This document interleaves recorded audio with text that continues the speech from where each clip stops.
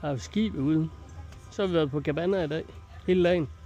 Det har været en hyggelig oplevelse. Det har været 8 timer, der har været dejligt i hvert fald. Det kan anbefales at tage sådan en Cabana. Der er ulemper og fordele ved. Fordelen er, at man er hernede helt for sig selv, og der er ikke så mange andre mennesker hernede. Ulempen lidt ved det er, at det kommer til an på en Cabana, men man er lidt langt væk fra maden. Men jeg kan varmt anbefale det. Jeg vil nok sige, at hvis du har en Cabana, hvor der kan være 8 i, så det gør det noget billigere, hvis man er en familie.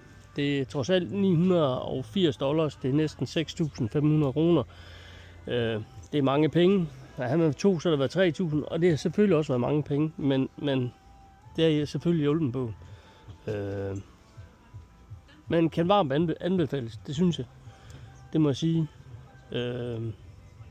Ja, det har været en god tur indtil videre, altså herude. Så. Og af det her område, du har herfra, hvor du ser, hvor han sidder fra, det er kun Cabana-området, hvor de fra Cabana, de faktisk, de andre kan selvfølgelig også, men de kommer ikke den vej herned, men dem, der er fra Cabana, de er her i.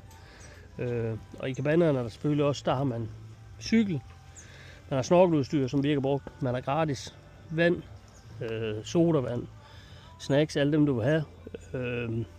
Håndklæder selvfølgelig også, en lidt blødere håndklæder end de andre. Man har de der tusmæder, man har noget legetøj, og de her forskellige ting, som man har med.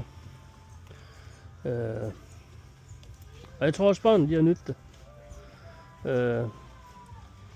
Så alt i alt, jo, positivt. Jeg vil sige, det er ikke sidste gang. Det er det ikke at tage sådan en Cabana her. Så